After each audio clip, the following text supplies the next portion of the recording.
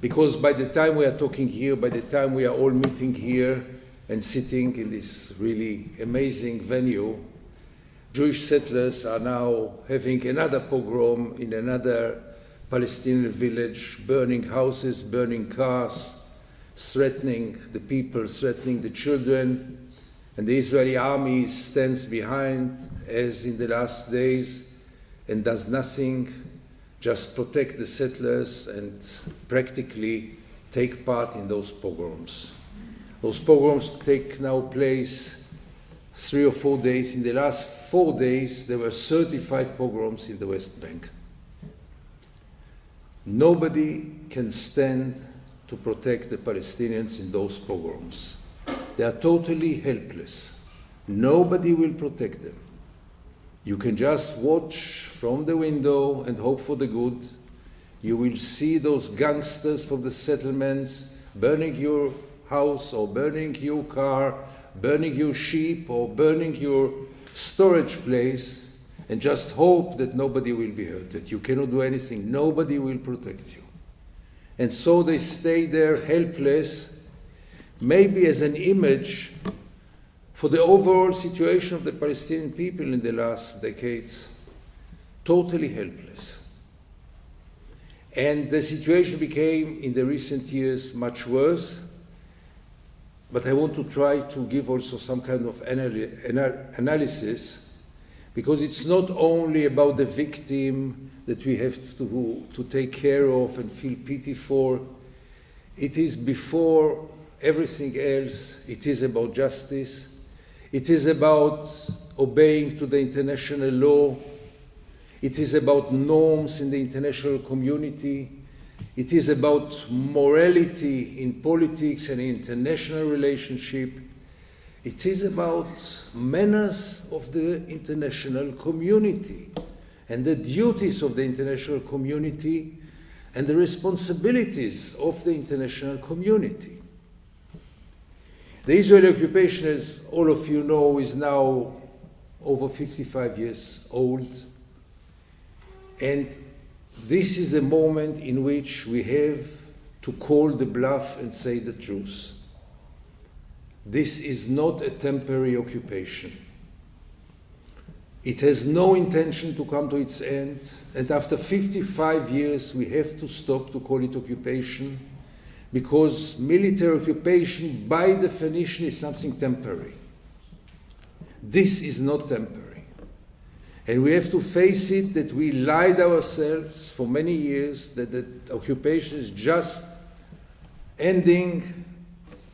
We'll just find a partner, peace process, Americans, peace conference, and the occupation will be over. No, I think there was never an intention to put an end to it, but it doesn't matter now. The fact is that after 55 years, this is not a temporary phenomenon. Israel exists with the occupation 3 or 4 times more than without the occupation. So this is part of Israel. That's Israel. Which leads us to the second conclusion that we have to face. A country, a state, which possesses such a brutal anti-democratic regime like a military occupation, any military occupation, cannot be perceived as a democracy. It can be perceived as a democracy as long as the occupation is temporary. It happens. There is a war, countries conquer some piece of land, and then there is an agreement. After a few years, the occupation is over. That's not the case. And the occupation is part of Israel, and we should define Israel not in the same terms that we used to define it until now. For so many years, Israel is the darling of the West, the only democracy in the Middle East, with the most moral army in the world, getting more budgets and support from the United States than any other country in history, getting support and aid from the EU, from the West, and always the justification is the shared values. We share the same values. It is this villa in the jungle in the Middle East which represent us, the liberals, the Democrats. We have one outpost in the Middle East vis-à-vis those Islamic barbarian regimes, and Israel is our outpost. Therefore, we support Israel. But Israel, the other day, we have been, Catherine and I, in the National Day, it's not called National Day, the Flag Day of Sweden, and there was at the Swedish ambassador residence in Tel Aviv, and there was a minister, a very right-wing minister, and she spoke about the joint values, the common values between Swedes and Israelis, and someone whispered on my ear, now she had offended 80% of the Swedes. We have to realize it, that we cannot take Israel as a democracy anymore. Because under Israeli rule, there are 15 million people living in all kinds of ways of ruling them. There are around 7 million Jews and 7 million Palestinians, or 7.5. All of them are under Israeli rule in many methods. The Jews under Israeli rule really enjoy a full liberal democracy, and I am the best proof. I gain total freedom of speech, any kind of freedom. I appear on Israeli TV often and regularly. I cannot complain. I am really living in a democracy. Then we have the Israeli citizens who are Palestinians, around 2 million people. They get all the formal rights. They have passports, they can participate in the election, and they do participate in the election. They have their parties, their representatives, but they are deeply discriminated. We will not get to it, but in any possible field. Budgets, recognition, legislation, the legal system, wherever you go, an Israeli Palestinian, an Israeli citizen will be discriminated. I will not get into the details, but it is deep and overall. And then we face around 5 million Palestinians who are living in two ways of occupation. Around 3 million are living in the West Bank under a very brutal military occupation without any rights. The only people in the world maybe without any citizenship. No citizenship. People without citizenship. Part of them have the Jordanian citizenship, but most of them have no citizenship. Imagine yourself a people without citizenship. The North Koreans have citizenship. They don't have. And the future and the present and the past, obviously, is just living under this ongoing humiliation of living under a very brutal occupation. And then we have over 2 million people living in Gaza, which by all means is the biggest cage in the world. This is maybe the biggest experiment in human beings that ever took place. Take 2 million people, put them in a cage, and wait, now it's 16 years already, and wait and see what happens to 2 million people in a cage. And they are in a cage. And Israel is controlling the cage. Israel pulled out because, you were Minister of Police, there are jails in which the guard sits inside the prison, and there are some other prisons that the guard gets out and let the prisoners stay by themselves without guarding them from inside, but only from outside. This is Gaza. None of us here, with all the respect to all of you, can imagine himself what does it mean to be living in Gaza. I cannot imagine it. I couldn't go there for the last 16 years. None of us can imagine what does it mean to be a young man in Gaza without any perspective. Nothing. You can study everything and do nothing with what you studied. You can produce everything and you cannot export it to anywhere. You can dream any dreams and never fulfill them because you cannot go out. You cannot get out. Imagine yourself Iceland without any possibility for anyone to get out or come in. And Iceland is so much more beautiful than Gaza, even though Gaza is beautiful as well and could be a paradise. But it's not the case. Now this reality is taking place now for decades. You go to the West Bank, you see one village next to the other. One village is a Jewish settlement. They have all the resources and all the rights, citizenship, obviously, freedom of movement, totally, everything you can imagine yourself, unlimited quantity of water, electricity, everything you can imagine yourself. Next by, there is a Palestinian village, much older, obviously, than the settlement, hundreds of years there, attached so much more to the land, and they have nothing. No rights, no citizenship. They will not participate in the elections that their neighbors are participating. They lost, there's not one single village that didn't lose most of its lands for the settlements in a total illegal way. There's not one single family that doesn't have at least one son in the Israeli jail. Recently, we reached another peak with 1,000 Palestinian detainees without trial. 1,000 people who don't know what are the charges and don't know for how long they will stay in jail. No democracy in the world has even one detainee without charges, without going through court, without knowing what are the charges against you. We have now 1,000.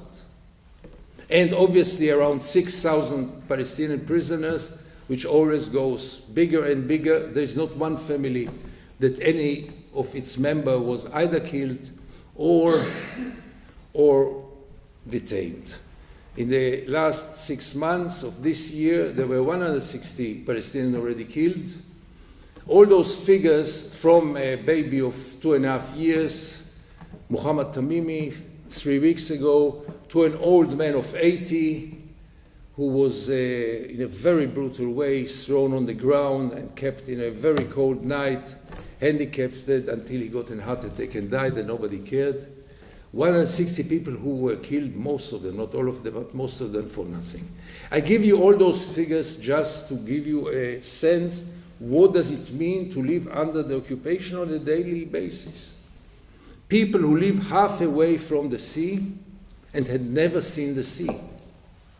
Half an hour away from the sea. And you could never get there because there is the separation wall.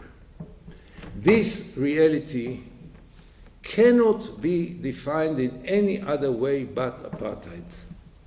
There is no other definition. It's not a matter of political arguments now. How, and please, I will be happy to hear other ideas. When there are two villages, one has all the rights and the other has no rights, and it is on an ethnic basis, a national basis, how else can you call it? It looks like apartheid, it walks like apartheid, it talks like apartheid, it is apartheid. And there is no other way. We can continue to praise Israel for the democratic front it has. Go to Tel Aviv, the most gay-friendly city in the world. Beaches, some of you have been there, beaches, restaurants, liberal people, happy people, amazing place for tourists, amazing place to discover the past and the present, innovation people, everything is true. But when you have this reality in your backyard, you cannot be perceived but as an apartheid state. Now, being an apartheid state must call the world for any kind of second thoughts. I mean, we are facing the second apartheid state in history, and all of a sudden we are totally paralyzed. You were so active in such a remarkable way vis-à-vis the first apartheid state. Even the United States was active against the first apartheid state. And if it's not the international community, apartheid in South Africa takes place until today. I have no doubts. With all the respect to the struggle, to the brave struggle of Nelson Mandela and the ANC, without the intervention of the world, of civil societies, of sanctions, of boycotting South Africa in sport and in commerce and in anything. If not this, they are there until today. As far as I understood, it was the business community who came to the government in South Africa and told them, the white business community, and told them we cannot take it anymore. It doesn't work. So we have a precedent of an apartheid state which the world knew very well what to do without violence, without involving any army, no boots on the ground, nothing.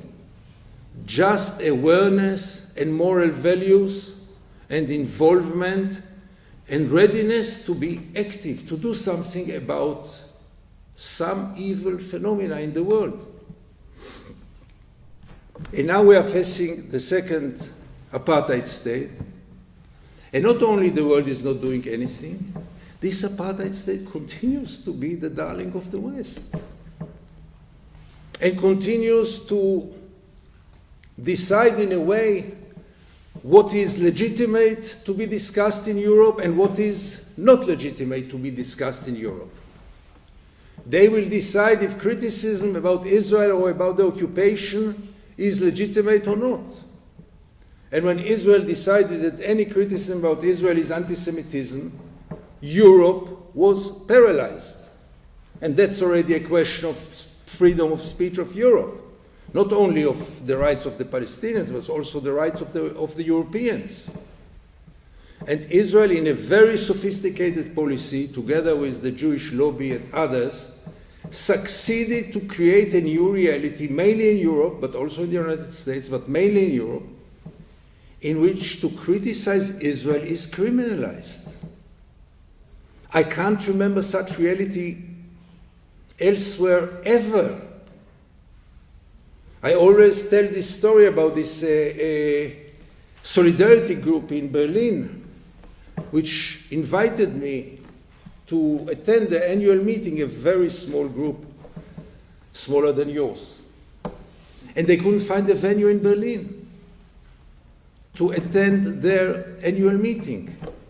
And we had to travel 200 kilometers from Berlin to a monastery in the mountains in which an Egyptian monk was ready to rent them his monastery in order to have this conference. What does this mean? How can it be that what I can write in my newspaper criticizing Israel is almost impossible now in many countries? Not only in Germany, by the way. You cannot criticize Israel in Sweden. And if you do, you are going to pay a price. Look what they have done to Jeremy Corbyn. Look what they are doing now to Roger Waters. Anyone who dares to criticize Israel or the occupation is immediately labeled as an anti-Semite. And nobody wants to be labeled as an anti-Semite. This is a cynical manipulation. And I think that Europe shouldn't surrender to it, shouldn't fall to this trap. You can be a great critic of Israel and still not have 1 gram in your bones of anti-Semitism. You can be a great critic of Israel and be a man or a woman of morality. I even think that if you are not a critic of Israel, you are neither a moral human being nor even a friend of Israel. Those who support Israel now, those who shut their mouths, those who let Israel go so wild and violent, are not caring about Israel. Because finally it will destroy Israel. We see the beginning already. We are facing now the most right-wing fascist government that we ever faced. Some of the parties in the current Israeli government could have never run, not in Iceland, not in Sweden, and not in Germany. The right-wingers in those countries, or in Italy, the right-wingers that you see in Europe now, they are much more moderate than the right-wingers that we have in Israel. Those are declared fascists, declared racist. They don't mind to expose their views. They are very clear about their plans. And by the end of the day, their plan is to see the whole land between the Jordanian River and the Mediterranean clean from Arabs. That's the vision. It started in 48, and they are really willing, and they say so, for another Nakba. Not today, not immediately, but that's the vision. And those people are now in power in Israel. But I must say, and I'm very criticized about it in Israel, don't expect too much also from the Zionist left in Israel. Because the Zionist left speaks much nicer, is much softer, is more liberal in his views, talks to the Palestinians, cares about the Palestinians, wants some softer occupation, some more liberal occupation, but by the end of the day, when it comes to the core question, should the occupation continue or not, there is a wall-to-wall consensus in Israel supporting the occupation. And if not saying it, at least behaving like this. I don't think that the Israeli left had ever a serious intention to put a full end to the occupation. More than this, I don't think that the Zionist left had ever perceived the Palestinians as equal human rights with equal national rights. Because if you offer the Palestinians equality, you cannot be a Zionist. And all the Zionist left is Zionist, and in Israel, being not Zionist is almost a crime. It is illegitimate. It is crossing the lines. And Zionism, again, we have to tear the masks. I wouldn't say 10 years ago, but after all those years, we have to understand that Zionism has one basic meaning: Jewish superiority in Israel. Anyone who accepts superiority of one people over another is a racist.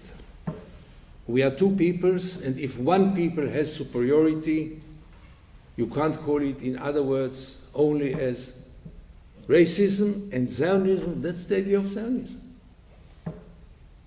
This belief that we can have it both a Jewish and a democratic state, as almost all of the Israelis define themselves, is the bluff of the century. Because you have to choose either Jewish or a democracy. Iceland is not an Icelandic state. Iceland is a democracy. And Israel should not be a Jewish state, but a democracy. And if it chooses to be a Jewish state, it cannot be a democracy, because we are two peoples there. And if you want to be a democracy, the minimum that you should have done was to pull out from the occupied territories, and then at least you stay with a small minority of Palestinians. Then maybe you can speak about a Jewish state, but not when it is 50-50. Not if half of your population is not Jewish. How can you be a Jewish state with half of the population which is not Jewish, Palestinian? Even if you call it in all kinds of names, Gaza, we pulled out, the West Bank, it's temporary. No. Those times are over. And this brings me to the last conclusion, political conclusion, which you might share with me and might not, you might like or might not, but we have to think, what are we aiming to? Where are we going to? And for many years, for most of us, I guess, the name of the game was the two-state solution. It is a very reasonable solution. Two peoples are sharing one piece of land, let's divide the land. One part will be a Jewish state, one part will be a Palestinian state. Sounds very, very reasonable and just in a way. It's not total justice, and there will be never total justice in the Middle East, because total justice for the Palestinians means that all the Jews will go back to Europe, which means a new injustice. And total justice for the Jews means that only the Jews will be between the river and the Mediterranean. This is also not justice, obviously. So we can't speak in terms of total justice, but we can speak about in terms of relative justice. The two-state solution was such a solution. For many years we lived in the illusion or the lie, depends on your point of view, that this solution is on the shelf and we just have to take it and to implement it. We have a solution. The EU fall in love with this solution. The Americans obviously fall in love in the solution. We carried the longest peace process in history based on this two-state solution. But I'm afraid to tell you that Israel had never had a real serious intention to implement it. There were all kinds of interim tricks, like Oslo.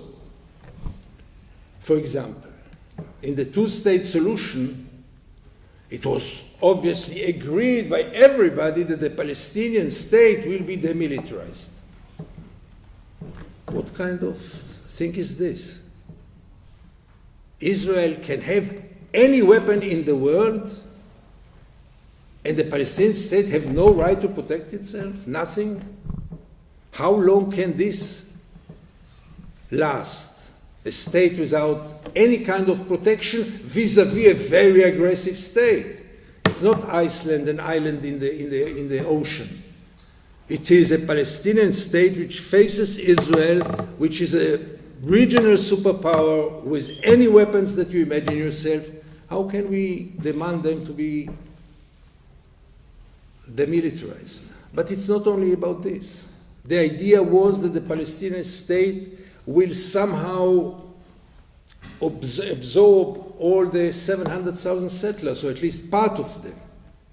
What kind of state is this? The settler who went there with a very clear political intention to prevent any solution of two-state solution, they will remain the citizens of the Palestinian state.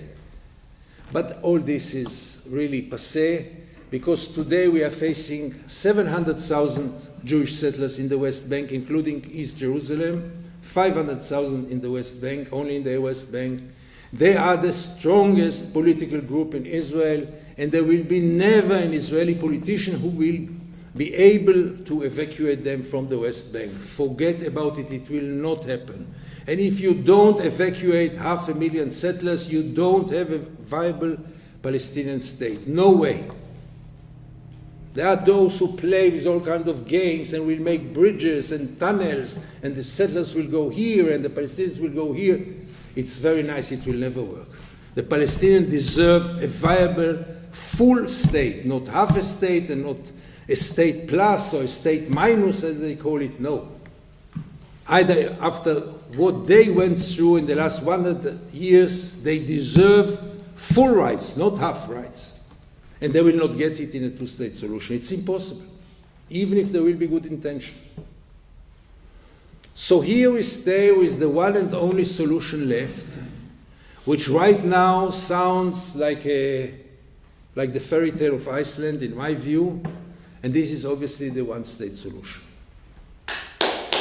The one-state solution, thank you. The one-state solution, which so many people say, no, it's impossible, it will never happen, happened a long time ago. We are living in a one-state. The only problem is that it's not a democracy. But we are living in a one-state between the Jordan River and the Mediterranean. It is one state. Come to the West Bank and see. You go from my home to Nablus or to Jenin in half an hour, and this is a one state. Under one rule, with different laws, obviously, like any apartheid regime. It has different laws for the Jews and different laws for the Jewish citizens, different laws for the Palestinians living under the occupation, namely military laws, which has nothing to do neither with law nor with justice. But it is a one state.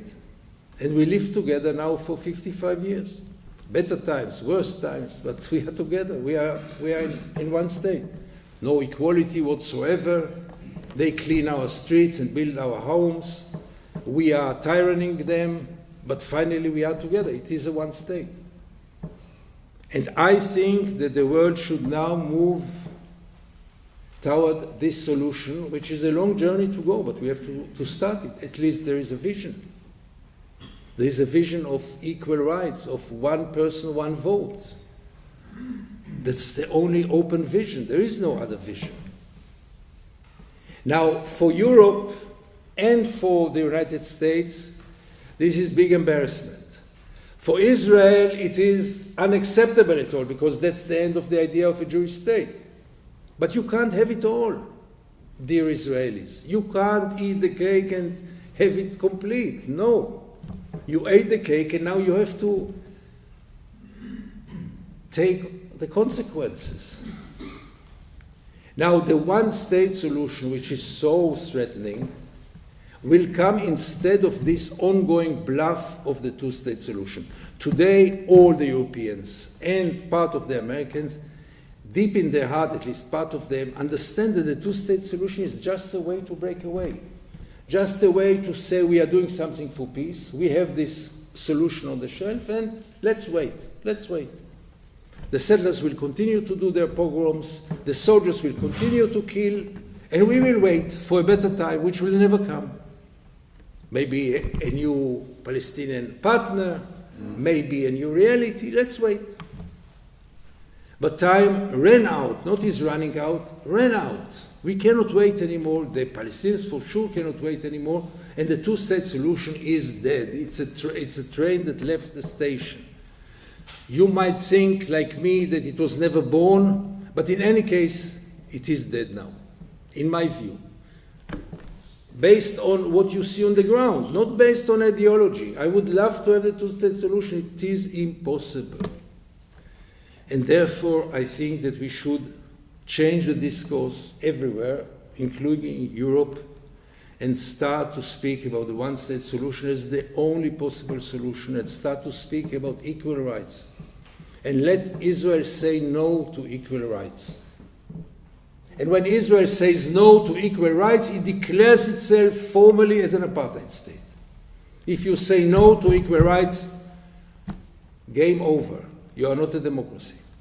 Because any democracy contains equal rights as the first basis.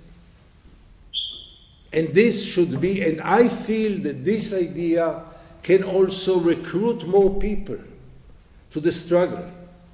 Because we are now in one of the lowest points in our struggle ever. Europe is facing now much bigger problems which bother it much more, from environment to Ukraine, from immigration to other questions, and the Palestinians are totally forgotten, bleeding on the side of the road. Also, many Europeans and others feel that it repeats itself, it doesn't go to anywhere, we cannot do anything about it, we'll pay this hollow lip service of two-state solution, will come once in 2-3 years to Jerusalem and then go to Abu Mazen in Ramallah, to Abbas in Ramallah, and by this we did something for peace. I'm speaking now about the politicians. And by this we are still in favor of peace in the Middle East, and we'll go on to other things. But the Palestinian question will never leave us as long as it's bleeding. Even if we have the feeling that it is forgotten, and it is forgotten, and the Palestinians are now in the lowest point, totally abandoned, totally forgotten, totally lonely, no support, neither from the Arab world, everyone betrayed them, nor from the West. Israel is by far stronger than ever, politically and militarily, and they are really thrown on the side of the road without really any hope.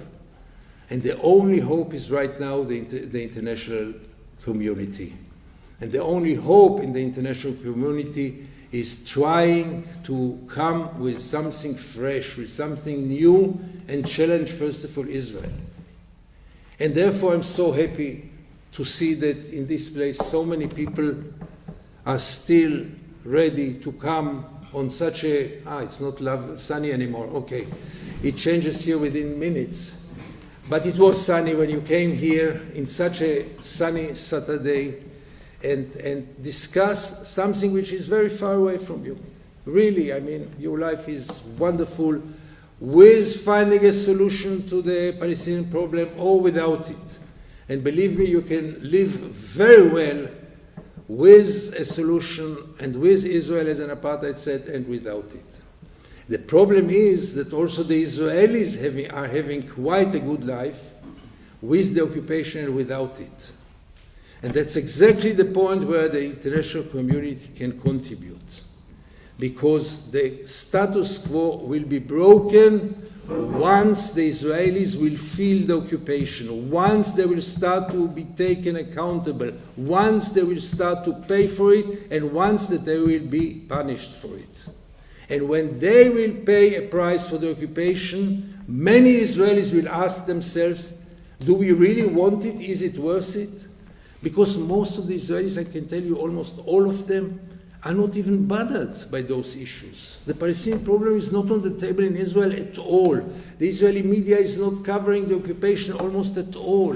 It's half an hour away from our homes, half an hour drive, not flight. Half an hour drive from our homes, and we don't want to know nothing, and we know nothing.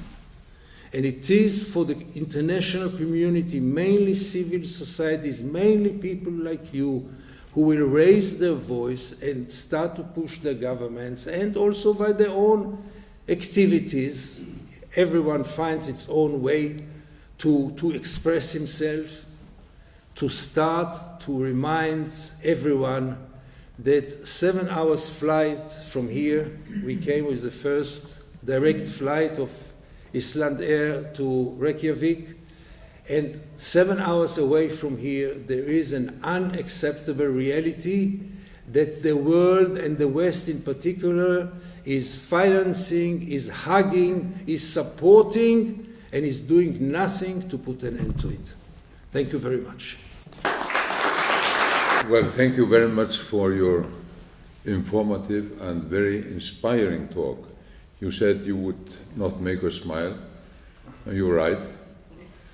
The prospects are bleak, but you not merely describe the situation, you also tell us how things can be changed. And this is what inspires us, I'm sure. Og nú orðið laust og Sveinn Rúnar hefur beðið orðið og ég ætla að biðja þeim að koma hér í pontuna. Gideon Levy, welcome, and thank you very much for an extraordinary, interesting lecture. I was glad that you agree with us in Iceland. There's an old saying, vinur sá til vans segir. And this is what I have always claimed.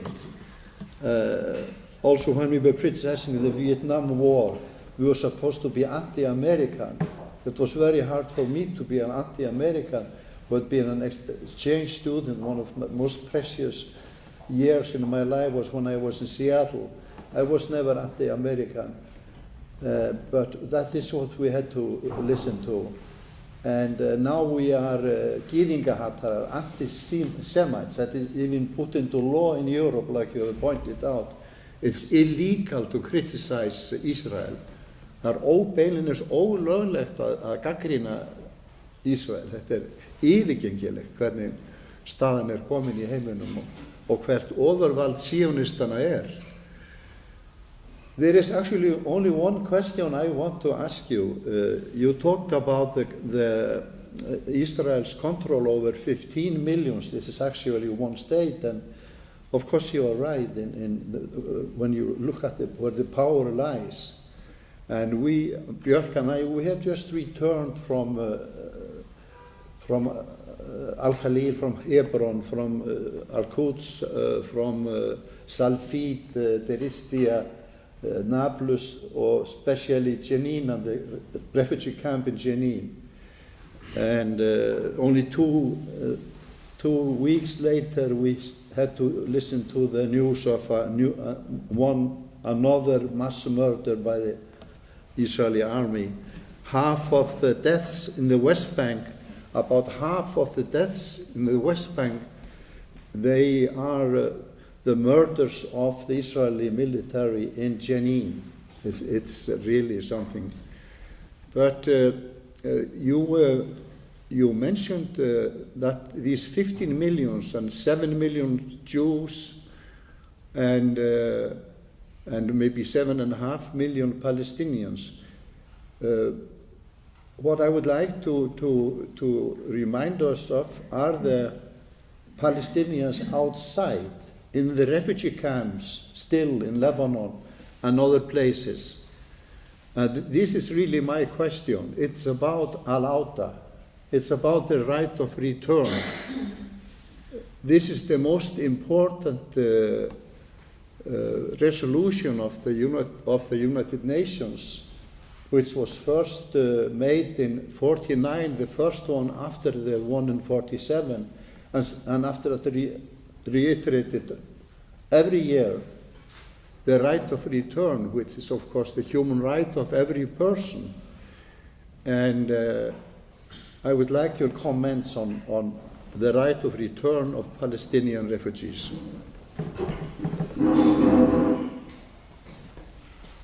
Thank you. Obviously, it's not a very easy question because, as I said in my talk before, there will never be a total justice. The Palestinians have the right of return, in my view, and will have a right in return in the one state. In my vision, in a one state, when there are equal rights, there will be one immigration policy for Jews and for Palestinians, and we will have to come to terms. I mean, we cannot open, also for Jews, we cannot open the doors to continue. Israel is already exploding from too many people, and we cannot open the doors now to everyone. There are few millions Palestinians living outside. It's not only those in the refugee camps in Lebanon, you didn't mention Syria, Jordan, but there is also a big diaspora in Europe and the United States. Not all of them would like to come back. All of them would like to feel that they have the right to go back. And the solution will be a compromise, namely in an immigration, first of all, the recognition of the Palestinians' right to return, and the recognition that equality will be also about immigration. There will be no superiority for Jews to come back. Today, a Jew, half Jew, 1/3 Jew, 1/4 Jew, can just land in Europe. I mean, his grandmother was Jewish, the neighbor of his grandmother was Jewish, the neighbor of the cousin was Jewish, and you arrive in Ben Gurion and you get the Israeli passport on the spot. And if you are a Palestinian, I'll give you one small example. I know a painter, a Palestinian painter who lives in Haifa, quite well known. When there was the civil war in Syria, his sister, who was born in Haifa, who was brought up in Haifa, and who fled away in 1948, he wanted to save her life because she was in Yarmouk camp in Syria, and her life was in danger. She was born in Israel, in Palestine. He couldn't bring her. And then I tried to ask Israelis. He was born here. His generations in Israel, in Palestine. He doesn't have the right to save his sister. And any Burmese citizen who claims, or some rabbis claim, that he is somehow related to one of the tribes, has the right just to arrive in Ben Gurion and get the passport. I mean, where else does it happen? So again, this should be corrected, but I must be honest with you, not all the Palestinian refugees will be able to come back, and for sure not to get back all their properties, because then the Jews will have a problem. And we don't want to create, to implement justice by creating new injustice. Look, the place that Catherine and I live is on ruins of a Palestinian village in Tel Aviv. All Tel Aviv is on Palestinian grounds. If I think the total justice means that they should be able to get back the owners of the lands. I really think so. But then comes the question, where will 7 million Jews go? And we don't want to create new refugees, so we'll have to be less total and more compromised, but it must be based from now on equality. No superiority for the Jews.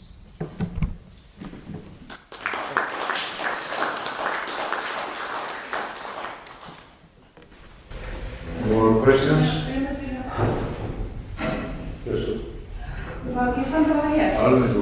Yeah, but thank you very, very much for your information. I've listened to you for years. Thank you so much, and you have opened up my eyes for a lot of things. What always surprises me is the start of Israel as a state. And I think I'm communicating with a lot of Jews because of the situation. And I have been wondering why it would not be a good idea to reopen or to revisit the time when Israel got the permission to establish the state, and to inform people if the League of Nations were the right people to decide it, and how it was decided, and the part of Britain in this case, and just to discuss the whole thing, how it happened. And then people will maybe listen to it and take more sensible sides. And because I've always seen Israelis as Palestinians, calling themselves Israel. I've never seen Israel as a state, because they live in Palestine. So I hope that your suggestion will help.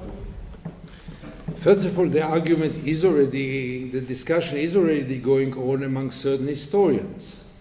And we know, look, I was born in Tel Aviv. I think the first time I heard the word Nakba was when I was 20 or 25. I never heard even the word Nakba. I didn't even know, I wasn't familiar. We saw all those ruins along the roads, the Palestinian ruins, those that they didn't totally erase. We never asked ourselves, who was living here? Where are they now? Why don't they come back? Because we were totally brainwashed. The Zionist operation was very efficient in brainwashing, first of all, the Israelis themselves, and then also the world. And we were not aware to anything. It was one Israeli historian who wrote the book, Benny Morris, who wrote the book, The Birth of the Palestinian Problem, 1948, which I recommend to all of you, which opened my eyes. All of a sudden I realized that I was cheated all those years. But Israelis and others want to be cheated. It's very explosive to start to deal with it, mainly in Israel, because then we will really understand how big is the fire under the carpet, because there is a big fire. Israel was born in a sin. And Israel was born in a very wrong way. But on the other way, take my father. He was born in what you call Sudetenland.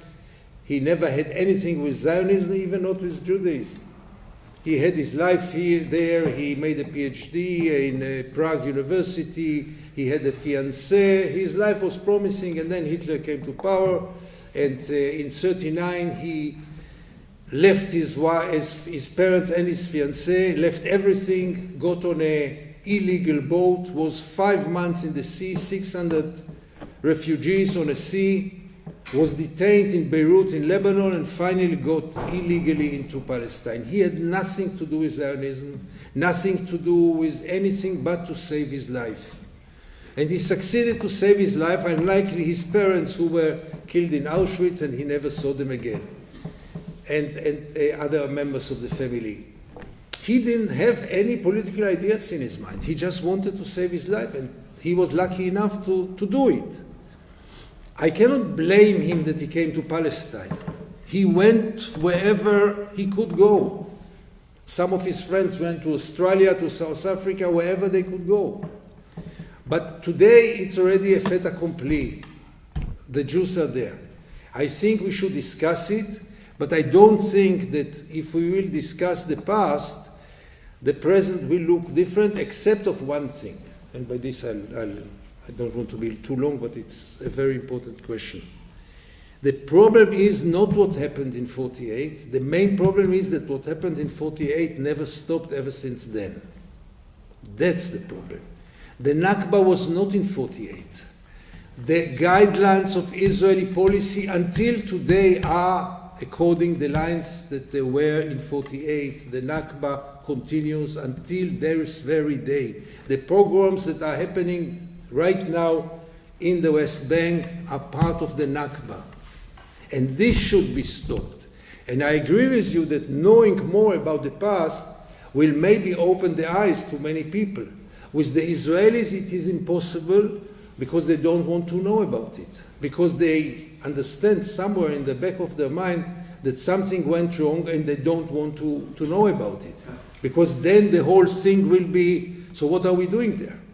So the Orthodox one, they say, okay, but God promised us the land. Very nice, but for secularists this cannot be an argument. I think for any sane people it cannot be an argument. What do you mean God promised you the land? I mean, he registered it in the Interior Ministry, or where exactly did he promise you the land? And who told you that you relate to those who had lived there 2,000 years, and all those terrible questions? It leads us to nowhere. We have to look at the present and at least to stop this policy, this attitude. It's even not policy, it is the same attitude like 48. And in my view also the same goals. And the goal finally will be an Arab clean country. And this is criminal.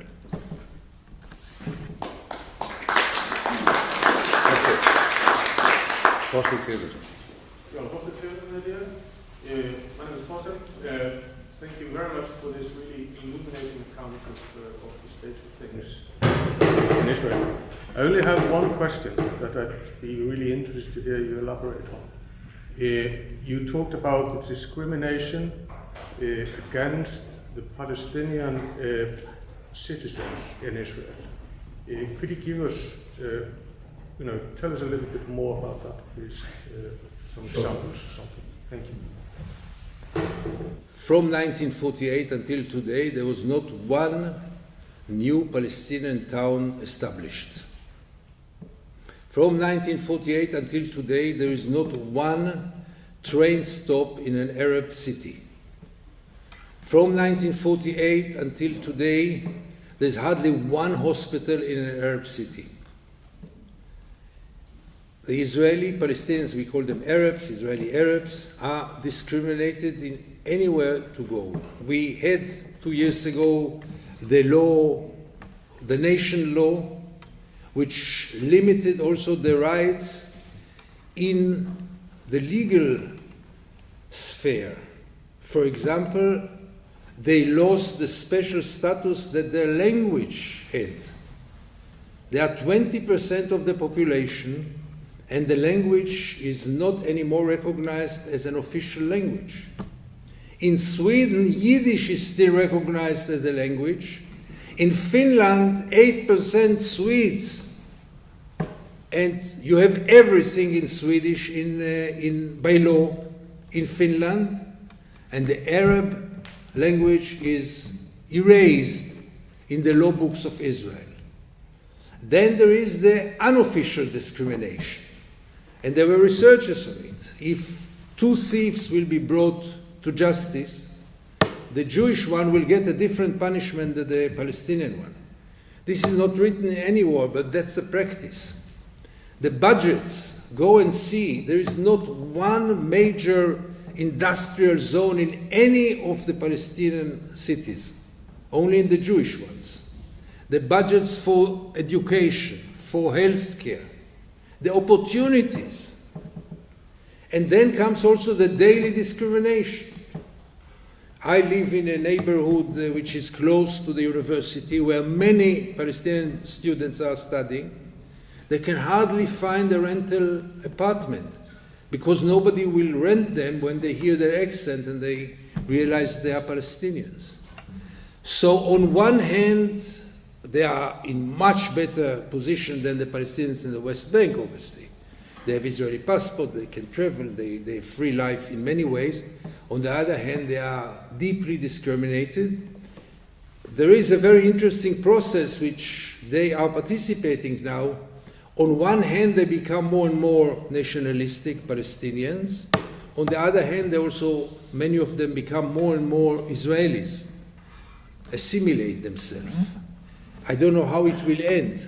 There are exceptions, I must say. For example, the health care system of Israel is more and more based on Israeli Palestinians, including doctors, including heads of departments. The chairman of the second biggest bank of Israel is private bank, is an Israeli Palestinian, but those are the exceptions.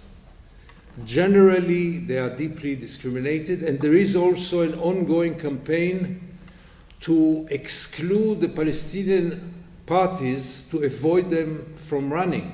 Until now, the Supreme Court stopped all those initiatives, but I'm not sure that in the next elections it will not change, and they will find all kinds of excuses why they have not the right to run for the parliament. My name is Daniel Little. Can I ask you maybe just a follow-up on this? Sure. What do you think will happen to this judiciary reform now in Israel? Because it's been a public discussion. I am not part of the protest against it because, in my view, it is like on the Titanic. There is a big argument about democracy on the first level, and down in the basement of the ship there is slavery. So, unlike all my leftist friends, I'm not part of this protest against this reform, because finally it's about democracy for the Jews. And there are cracks in democracy for the Jews, and there is a danger for democracy for the Jews, and this so-called reform, which is much more than a reform, it's a destruction, may harm the rights of all of us, including my rights to express myself freely, and I really support any initiative to kill it, to destroy it. And it seems that the right-wingers will not be able to achieve much because the Israeli public opinion, the liberal public opinion, all of a sudden woke up and is very, very active. Every Saturday, hundreds of thousands are going to the streets, and it's very, very encouraging. But by the end of the day, I cannot forget that we are dealing now only with rights for the Jews. Me personally, I find it hard to be part of it, while you are not allowed in this protest to say a word about the occupation. You are not allowed to speak about it. This has nothing to do with democracy. That's another issue. We'll deal with it some other time. I cannot be part of it.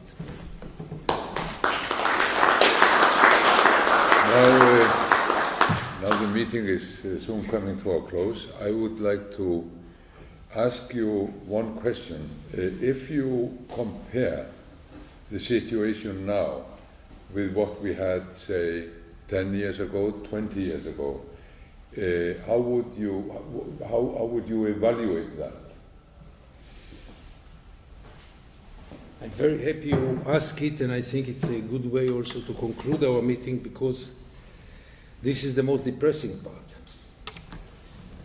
Many times people say that I'm too pessimistic, but really, if you judge what was here 10 or 20 years ago, here, I mean, not in Iceland, and what is today, many things, many hopes died. I remember in the 90s, even me, the pessimist, had a great hope from the Oslo Accords, from the Oslo process. I really thought we are on our way to have an end to all this.